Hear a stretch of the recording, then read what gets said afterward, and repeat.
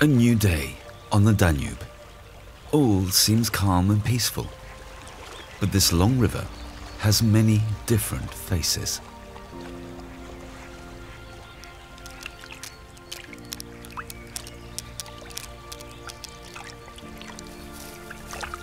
The Danube is known for its antics, but this doesn't seem to bother the wild animals. Its banks are breeding grounds to almost 2/3 of Bavaria's indigenous bird species. Alluvial forests, forests that run alongside water, once bordered all the rivers in Germany. Nowhere else in Central Europe is the plant and animal kingdom more diverse than in such primordial floodplains.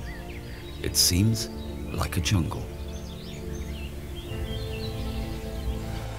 As there is no dam regulating the current, the water level of the river is determined by the time of year. Over the course of the year, the water level can fluctuate by more than 5 meters.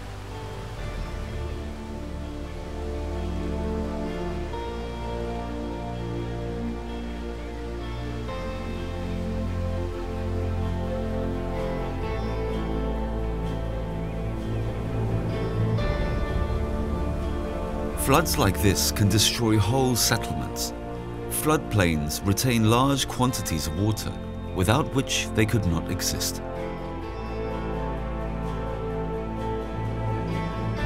Luckily, they have a few little helpers to ensure the water gets to where it's needed. The beaver plays an important role. Although he sometimes likes to dig under high water dams, he plays an integral part in protecting the hinterlands from flooding and high water levels. For over 30 years, the Danube has been subject to research and studies. Experts have been questioned, and a €30 million report has been published. But something was missed, letting the river speak for itself.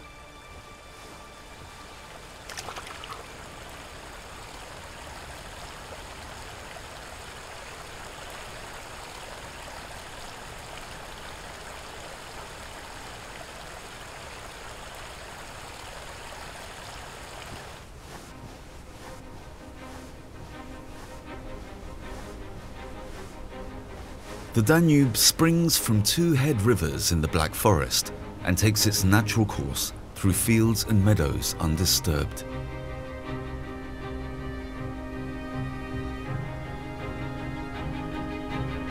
A few kilometers further, things are already looking different. In the Swabian Grand Canyon, 200-meter-high cliffs dictate the river's course. Then, the character of the Danube drastically changes. One dam after another. The river is divided into a chain of dammed lakes. The flow between them is a dull, rolling body of water. Every living thing that needed the water and its current to survive has lost its means to exist.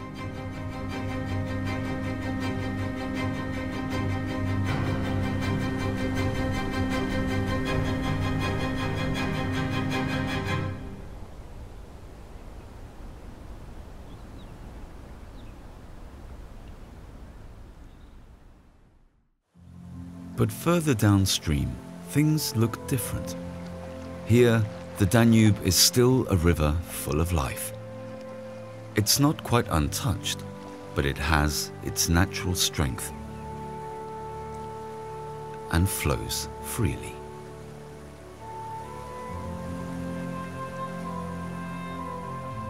The Danube flows unhindered through the areas of Straubing and Vilshofen for 70 kilometers.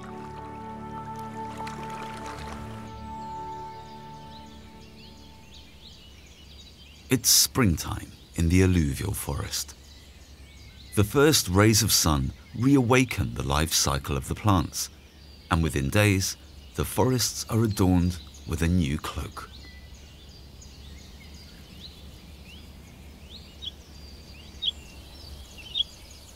A dab of colour in the fresh green. The blue throat. He's at home where there are reeds, wet ditches and shrubbery. As more and more wetlands are destroyed, these little birds are running out of space.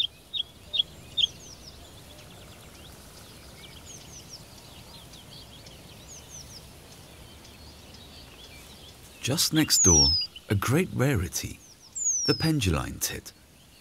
Its nests count as one of the most elaborate in Europe. Skillfully, it weaves its dangling home onto hanging twigs or a branch fork of the poplar or willow tree. The male starts building the nest alone, hoping to attract a female. If he doesn't, he'll leave the nest and start again in a different location, hoping for a little more luck. His neighbour is quite a bit further with his nest. It takes 3 to 4 weeks for the little nest to be completed.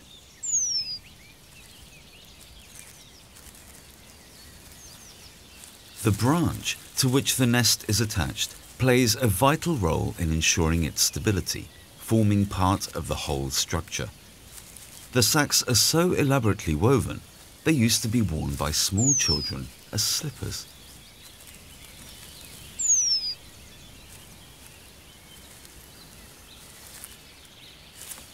A sweeping floodplain. The stately white willows offer a home to many types of animal.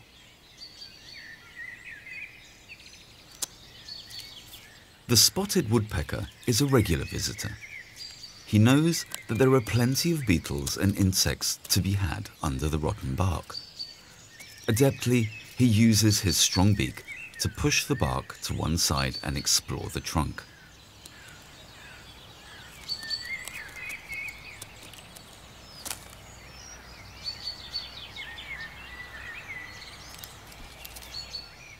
Probably the loudest voice to be heard is that of the great reed warbler.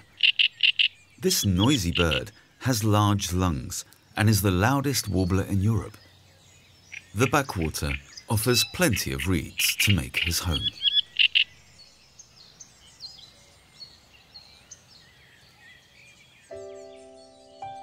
An amphibian landscape, a combination of water and land, is what makes the alluvial forest. In its midst, a great beaver dam stems the flow of the water. When the river floods, this dam stems the flow of the water, forcing it into the surrounding land where it can drain.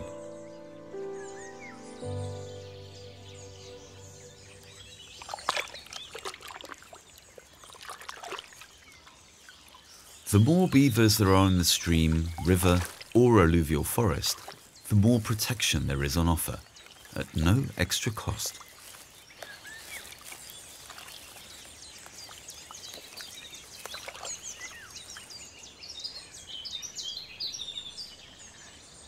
Beavers are less concerned with floods than with protecting their young. No predator can get into a lodge whose entrance is underwater. Beavers pair for life and care for their young. These two are only a few weeks old. They're born with fur and can see, although not too well. Beavers are short-sighted and colorblind.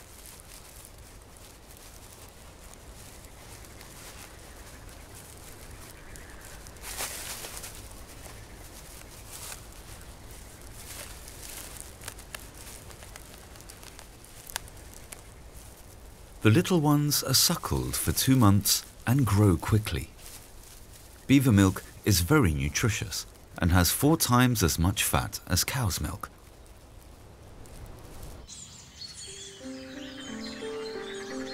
An abandoned channel in the forest. The ideal route of approach for this flying emerald, the kingfisher.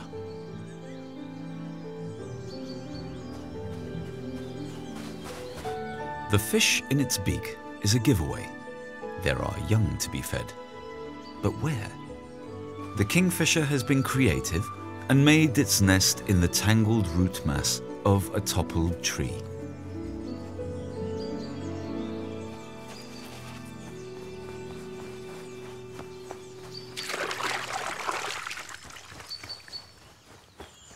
A downside is that dry earth gets stuck in the feathers. But that's nothing a pleasant little dip can't take care of.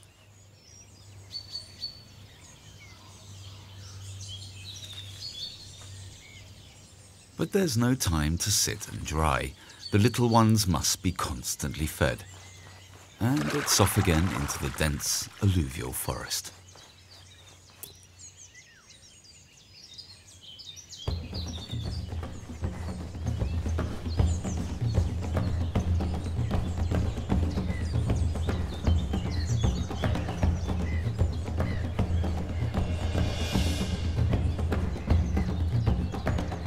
The kingfisher likes to hunt where the water is clear and quiet, perched and watching above the surface. This is where he waits for the opportune moment to dive for the fish. But this kingfisher also has an advanced technique. Like a hummingbird, he flutters above the water and looks out for prey.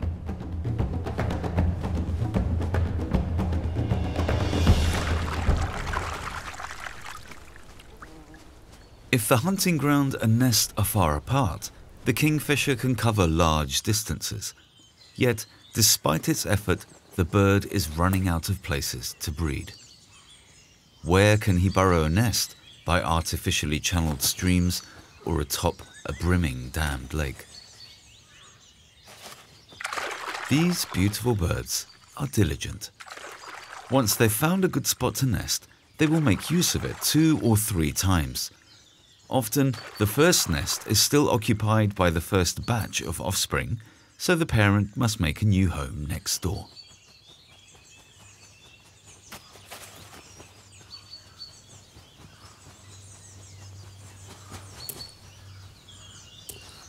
First, the soil is picked out of the wall. Once the hole is large enough, the kingfisher uses its beak and feet to scrape away more earth.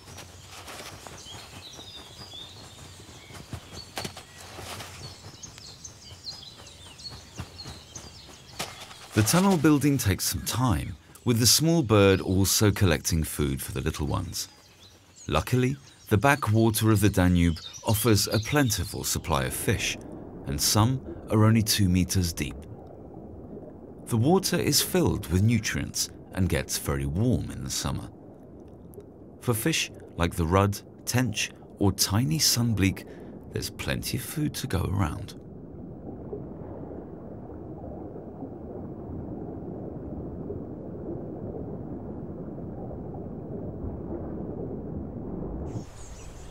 The steady water is also a paradise for dragonflies. Over 20 different species buzz around the area. One of the rarest breeds in southern Germany is the 2-spotted dragonfly. The larvae take 2 to 3 years to develop. Then comes the pivotal moment. Somewhere well hidden along the riverbank, a wonder of nature unfolds. The spectacular metamorphosis into a flying insect.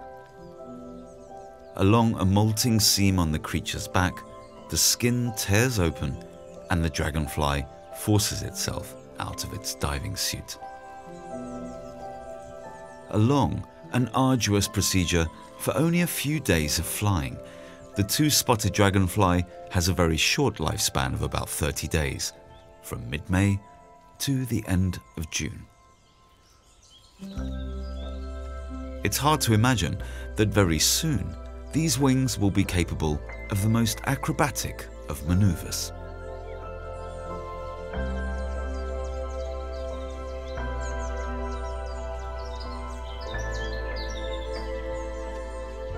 The hatching takes almost 2 hours, and it takes that long again for the body and wings to harden sufficiently for the creature to be able to fly.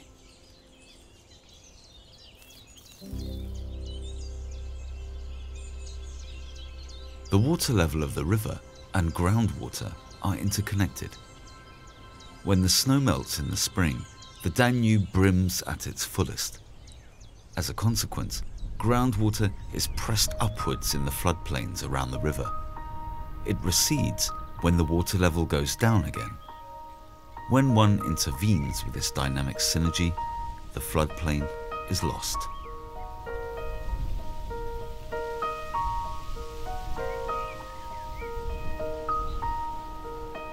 Many animals and plants rely on the alternating water level, the flooding and the dry spells. The wet meadows are a refuge for rare bird species. In spring and autumn, countless migratory birds scavenge here for food, like the wood sandpiper. It wades through the water looking for insects, worms, and snails.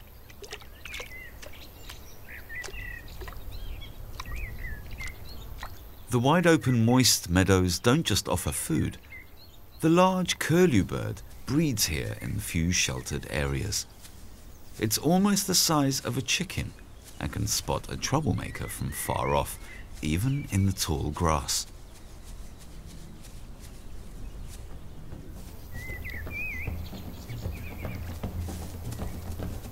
An encounter between long-ear and long-beak, a quaint duel.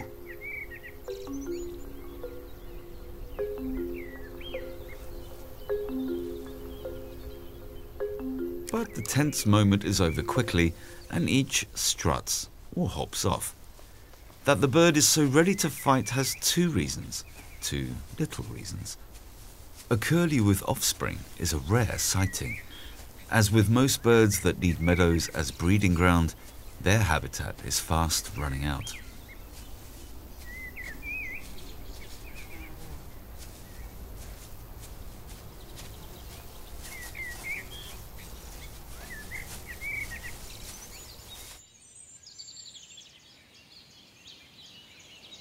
Flooding is a vital survival factor for the alluvial forest. The regular high water levels destroy much in their wake, but also provide vital nutrients and prevent the floodplain from silting up. 150 years ago, the floodplains along the German part of the Danube would stretch for kilometers, but many alluvial forests were cleared and made into farmland.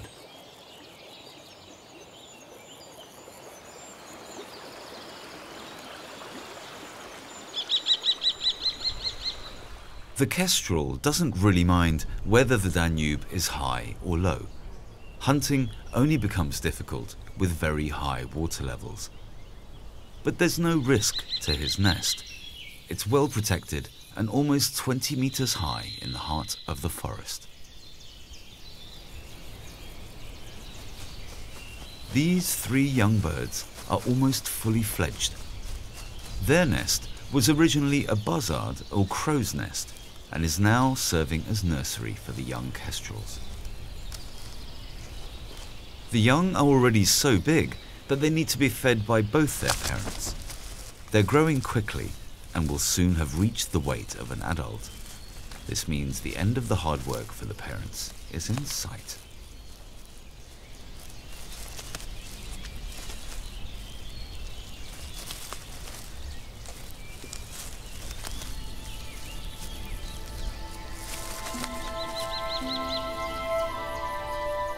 Flooding has become a far more serious issue than it was before, as barely any natural buffers remain. Floodplains can slow down flood waves very effectively, but the entire expanse along the Danube has lost 70% of its natural floodplains. The sad remainder can no longer protect settlements near the river. The young beavers are growing fast.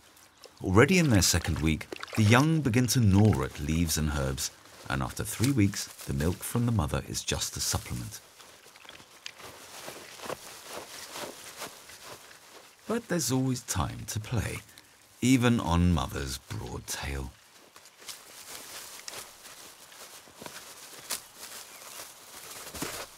The little ones learn early on that only a well-cared-for coat protects against the cold and the wet. But it takes a while before each of the 23,000 hairs per square centimetre is combed and greased.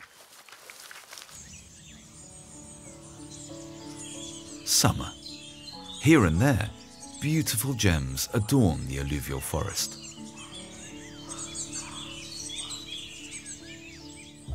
The inaccessible and swampy flood meadows are a refuge for many shy bird species.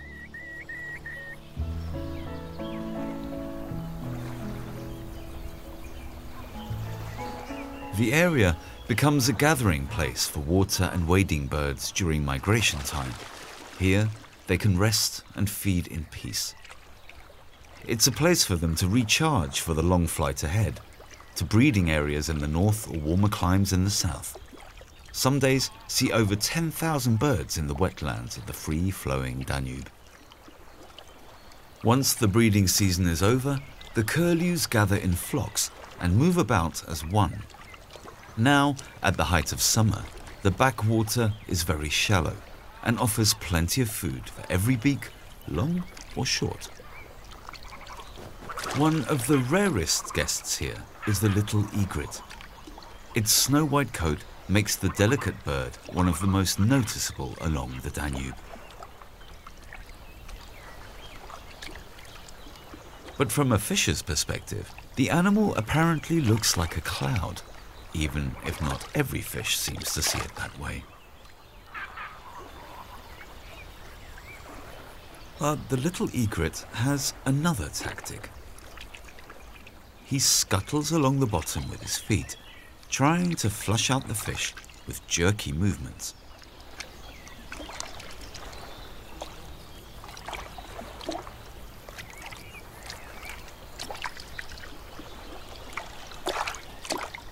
It sometimes helps to charge around the water with strong movements.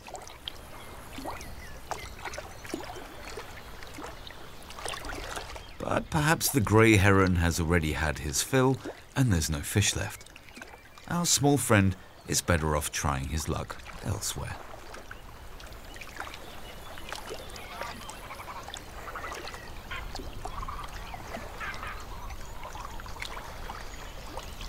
Out in the river, there is enough prey for the herons, but the waters run too deep. There are over 50 types of fish teeming in this 70-long-kilometer stretch of the Danube. It's one of the most diversely populated river tracts in Central Europe. In the free-flowing Danube, there are fish that need the current. They spawn in the shingle and swim kilometers along the stream. Here, fish thrive that cannot survive anywhere else.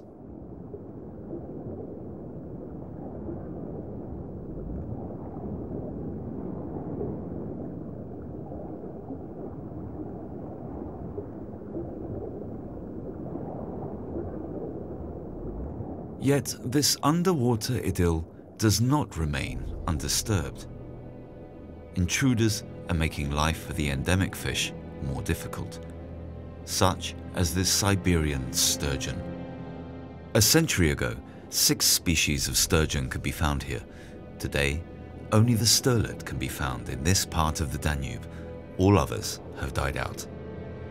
And now the introduced Siberian sturgeon makes its way along these waters with unforeseeable consequences for the indigenous fish population.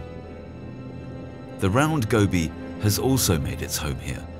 It comes from the river's estuaries and was brought here with the ballast water of the container ships. In some parts of the Danube, they make up 1/3 of a fisherman's catch.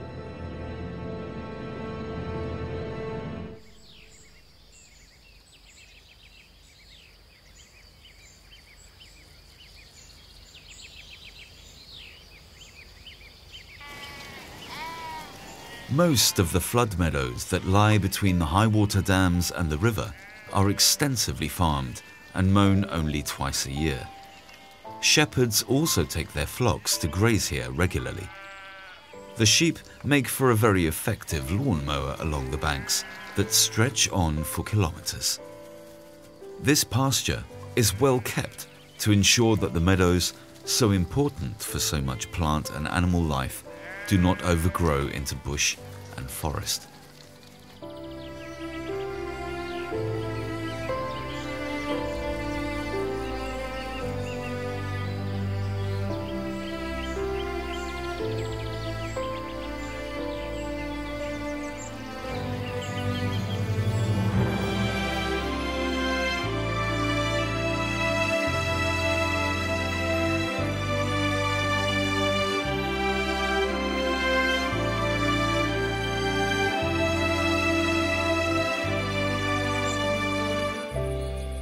When day turns to night, the whole beaver family can venture out of the lodge.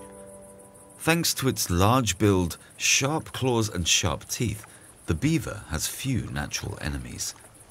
The little ones need to be a bit more careful, but Mum's there to watch out. One day, the playing beavers will have to fight to defend their territory. These battles can be so aggressive that some die from their injuries.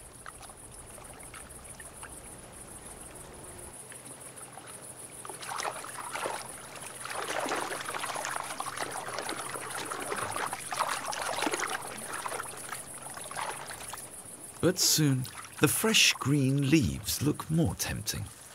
These weren't on the menu inside the lodge.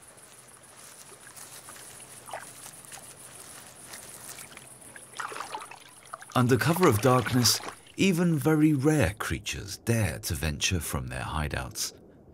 Fish, which are only found in the Danube and its basin, the Zingel and the Ruff, are rare species of perch.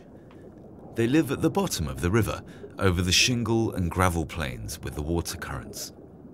The small perch are considered spawn thieves by fishing enthusiasts, but are under protection all year round. The main cause for their decline is that long stretches of free-flowing river current are disappearing.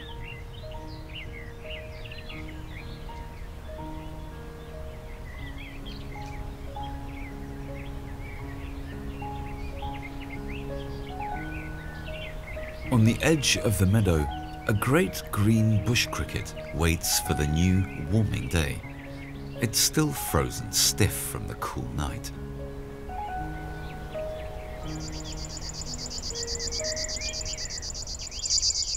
The river warbler, on the other hand, is already up and chirpy.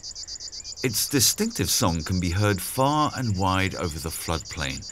Its whole body vibrates as the little bird performs its unbroken song, quite the feat of endurance.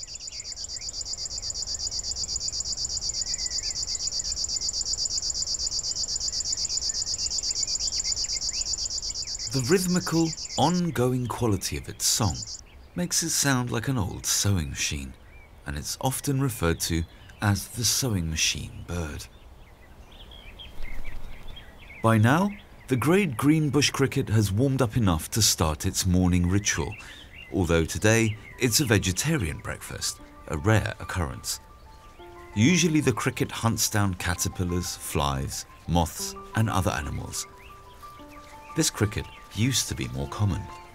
Modern agriculture has forced it out of its natural habitat, but it's still indigenous to the meadows of the Danube. In the late summer or early autumn, the river is at its lowest water level, and many parts of the floodplain dry up. Large beds of silt and shingle appear, and with them, a new habitat. Only a flowing river can transport the washed-up debris away.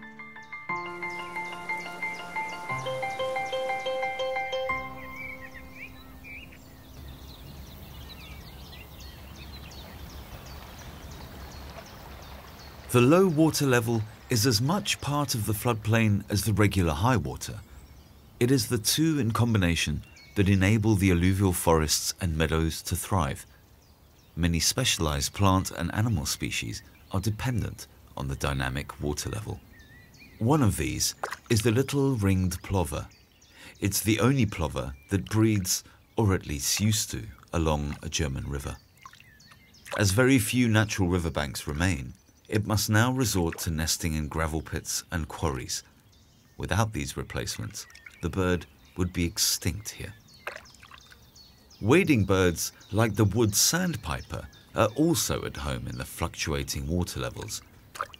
This has a useful tool to hunt for food, its special beak. It's soft and has a tactile organ at its tip.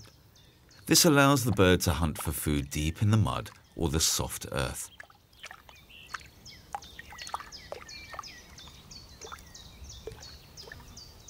The little ringed plover is the most common visitor of this sparse area. He knows that there is plenty of food on the dry riverbank, it just needs to be found. He doesn't have as long and useful a beak as the wood sandpiper, so he needs to adopt a different approach, similar to that of the little egret. The plover scurries about, hoping to disturb its prey with its tapping feet.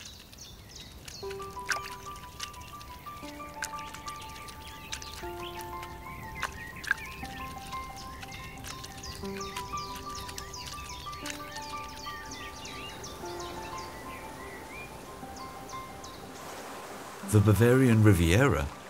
No, just the beach of a free-flowing river.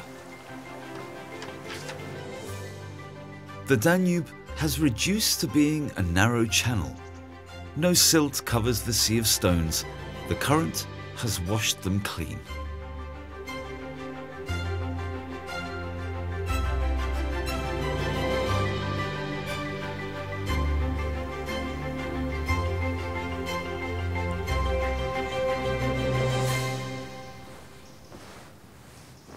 The hustle and bustle on the floodplain has passed. Now, at the end of summer, a bird can find itself with backwater all to itself. And it's open season for all. The fish are easier to catch in the shallow waters. The great white egret is the XXL version of the little egret and much more common. Although a few weeks ago, the plentiful fish were enough for dozens of birds, the newcomer sees the situation differently.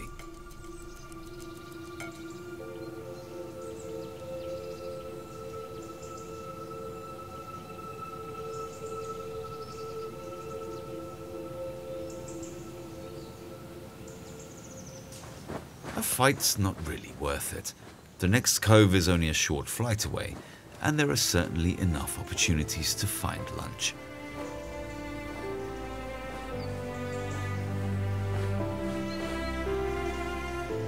The backwater and banks of the Danube are emptying out as ever more birds begin to head south.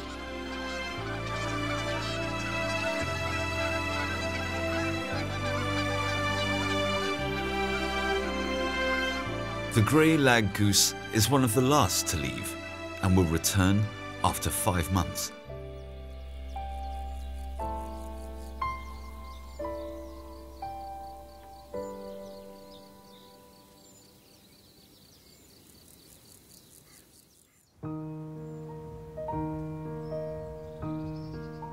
The morning mist gets thicker with every passing day.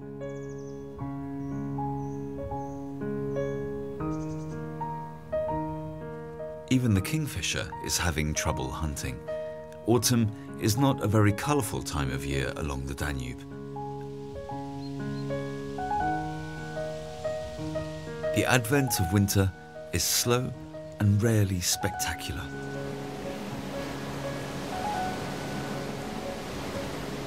For those that remain, life becomes uncomfortable.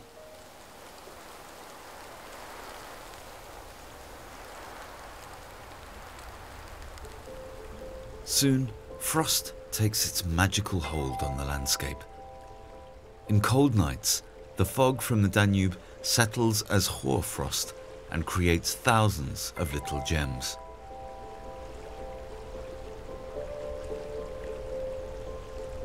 In midwinter, the Danube presents one of its unique qualities. The water in front of the power stations is almost stagnant and freezes quickly. When the frost is at its fiercest, the dammed up river stretches over kilometers like an Arctic landscape.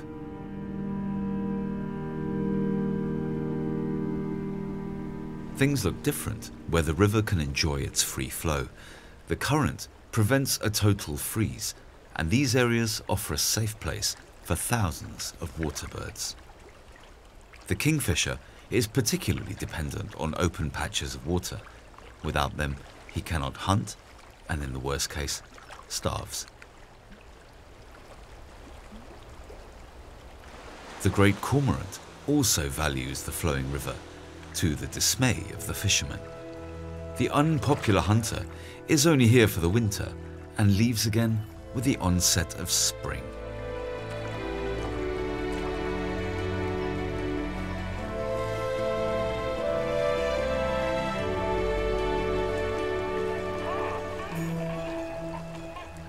After hunting, the cormorants dry their plumes with wide strokes.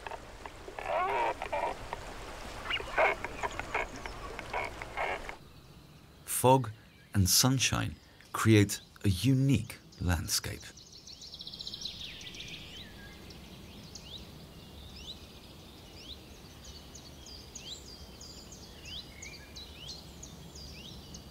As quiet and peaceful as this new year begins, it will be one for the history books.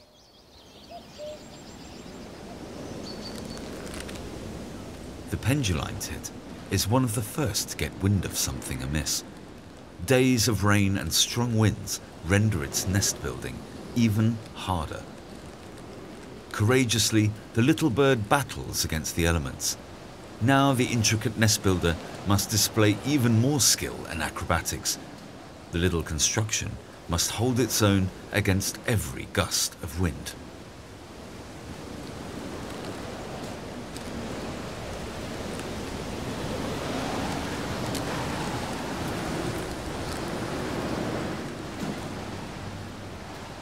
At the end of May, the weather gets even worse.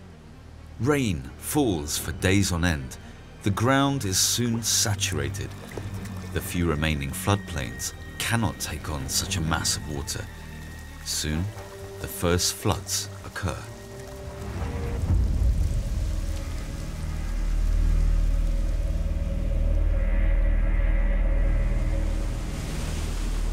Powerful high-pressure pumps are there to keep the land dry behind the dikes.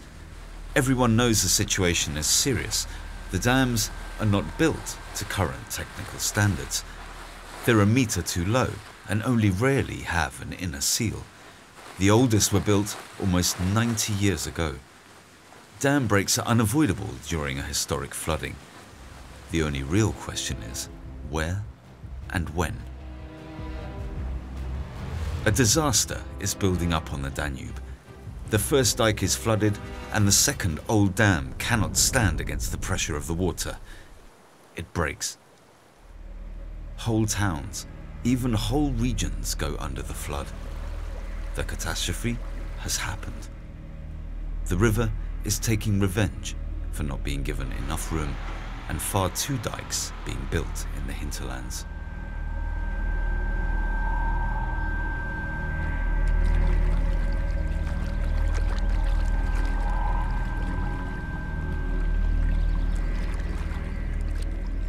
The narrow dikes now speed up the flood wave and it charges downstream to Passau.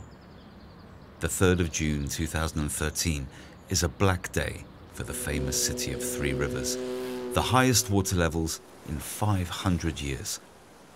The Danube rises to a record 12.89 meters, almost 3 times the height that it usually flows at. The flood is one of the worst Germany has ever experienced. Millions of euros of damage, hundreds are forced to leave their homes, tons of silt and rubbish gather.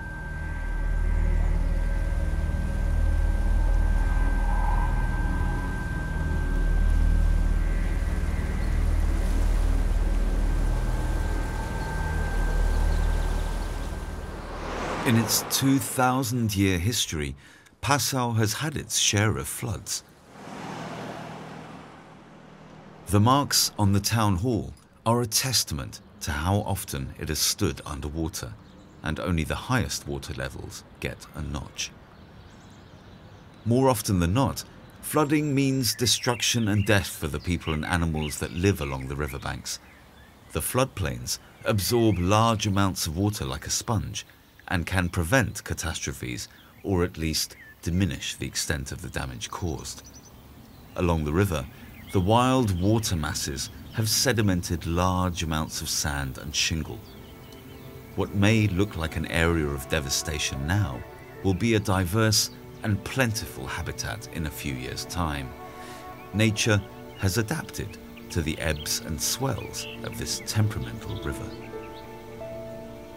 The gravel banks have developed into a small natural paradise. The semi-arid grassland grew from shingle mounds. Plants that need warmth and light thrive here.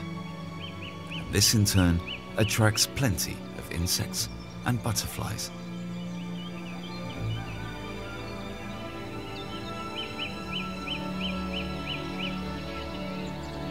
Only now, after the catastrophe, are preventative measures taken against the flooding. A farce. For decades, flood prevention had political ties to the expansion of the river and was delayed.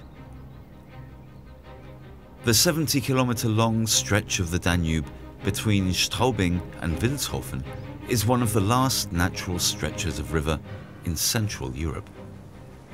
And that is a problem for the cargo ships. The tight spots and narrow waters hinder their passage. The solution would be more dams and an artificially straightened out river. An even water level would be ideal for ship maneuvering, but not for the life on the river. A compromise has now been found.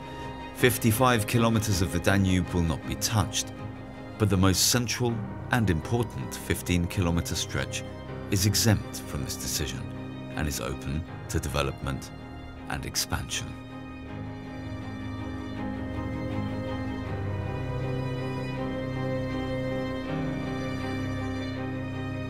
The most affected area would be the Mülheim Loop. A dam would be placed at its entry point and the loop cut off with a sluiceway.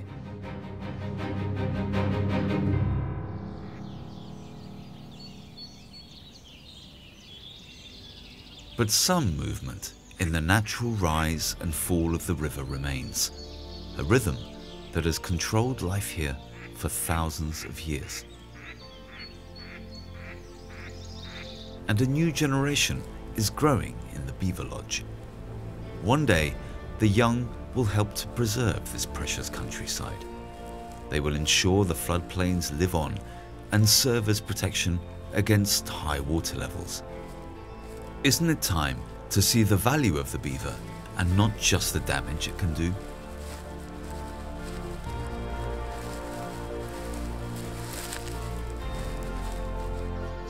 This diverse riverscape only exists with a freely flowing Danube, and nowhere can we hear its voice as clearly as here.